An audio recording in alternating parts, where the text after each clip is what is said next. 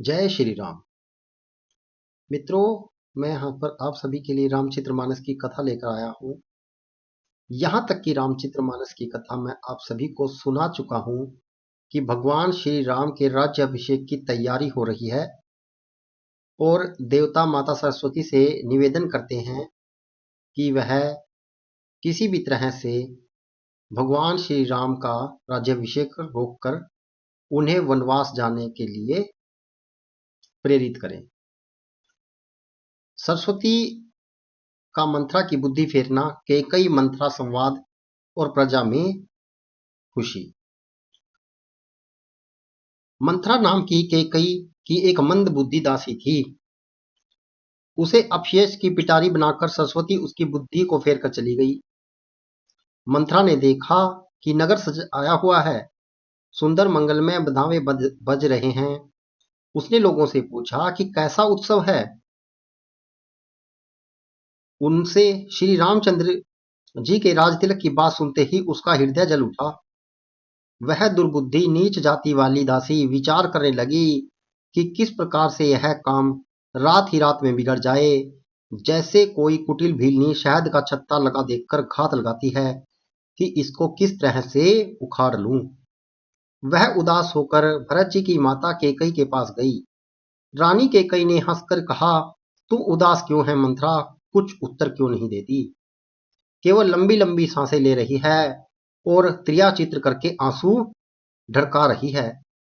रानी हंसकर कहने लगी कि तेरे बड़े गाल हैं, तू बहुत बढ़ बढ़कर बोलने वाली है। मेरा मन कहता है कि लक्ष्मण ने तुझे कुछ सीख दी है, दंड दिया है, तब भी वह महापापनी दासी कुछ भी नहीं बोली। ऐसी लंबी सांसें छोड़ रही है मानो काली नागिन फुंकार छोड़ रही हो। तब रानी ने डरकर कहा, अरे कहती क्यों नहीं, श्री रामचंद्र, राजा लक्ष्मण, भरत और शत्रुघ्न कुशल से तो हैं। यह सुनकर कुबरी मंथरा के हृदय में बड़ी ही पीड़ा हुई।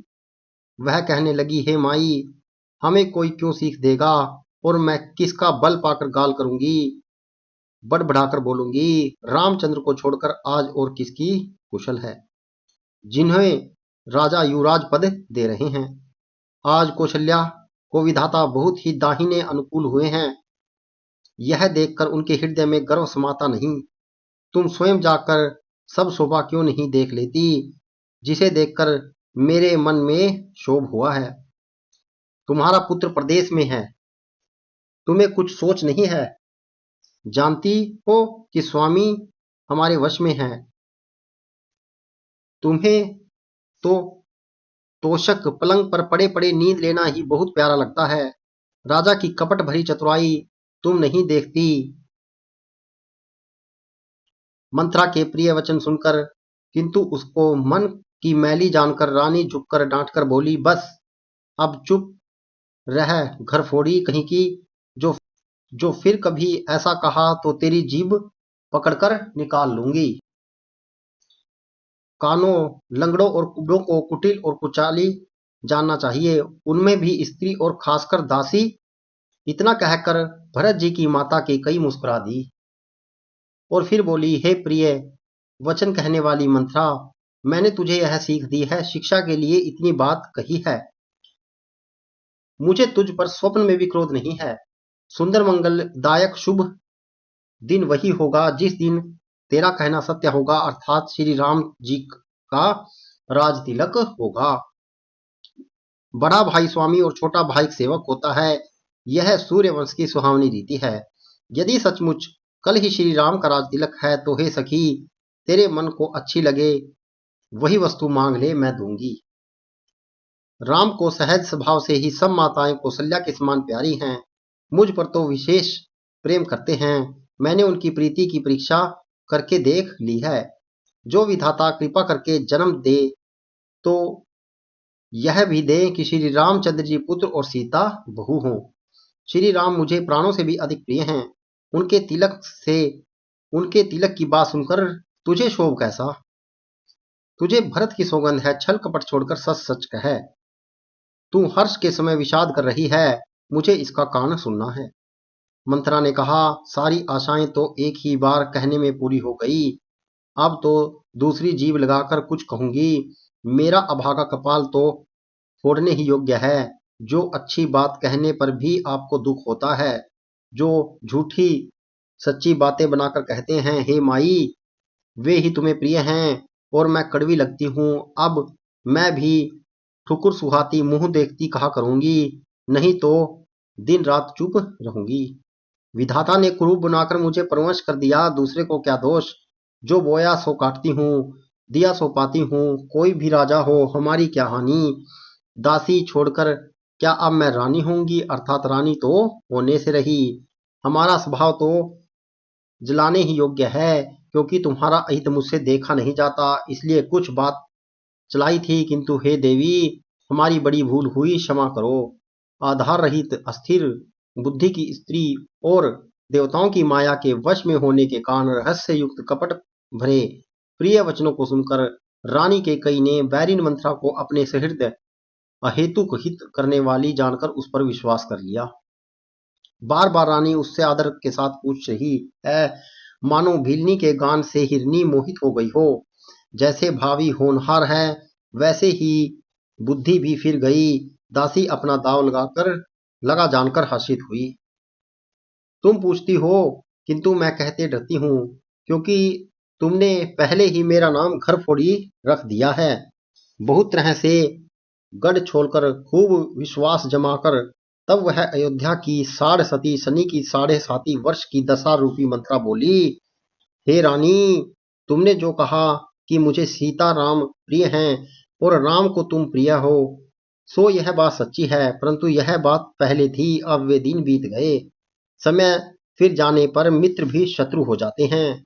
सूर्य कमल के कुल का पालन करने वाला होता है, पर बिना जल के ही वही सूर्य उनको कमलों को जलाकर भस्म कर देता है।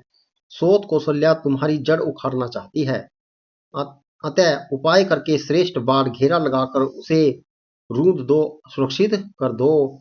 तुमको अपने सुहाग के झूठे बल पर कुछ भी सोच नहीं है। राजा को अपने वश में जानती हो, किंतु राजा मन के मैले और मुंह के मीठे हैं, और आपका सीधा स्वभाव आप कपट चतुराई जानती ही नहीं। राम की माता कौशल्या बड़ी चतुर और गंभीर है, उसकी ताक कोई नहीं पाता।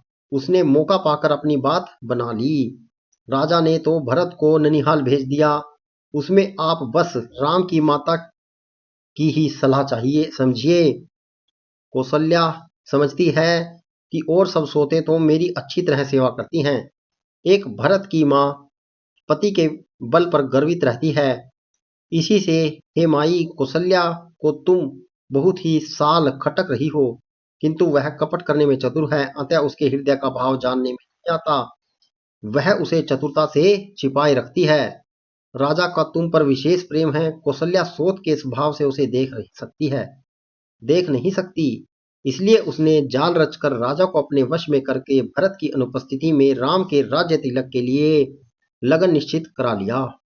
राम को तिलक हो, यह कुल रघुकुल के उचित ही है, और यह बात सभी को सुहाती है, और मुझे तो बहुत ही अच्छी लगती है, परंतु मुझे तो आगे की बात विचार कर डर लगता है। देव उलटकर इसका फल उसे कौशल्या को दें। इस तरह करोड़ों कुटिलपन की बातें गढ़कर छोड़कर मंत्रा ने कैकई को उल्टा सीधा समझा दिया, और सैकड़ों सोतों की कहानियां इस प्रकार बना बनाकर कही जिस प्रकार विरोध बढ़े। होनहार वंश कैकई के मन में विश्वास हो गया कि रानी फिर सौगंध दिलाकर पूछने लगी। मंत्रा बोली, क्या पूछती हो? अरे, तुमने अब भी नहीं समझा? अपने भले बुरे को अथवा मित्र शत्रु को तो पशु भी पहचान लेते हैं।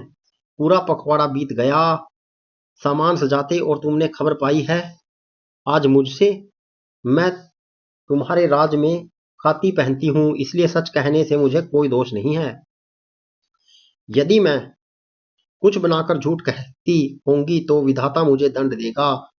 यदि कल राम को राज तिलक हो गया तो समझ लेना कि तुम्हारे लिए विधाता ने विपत्ति का बीज बो दिया।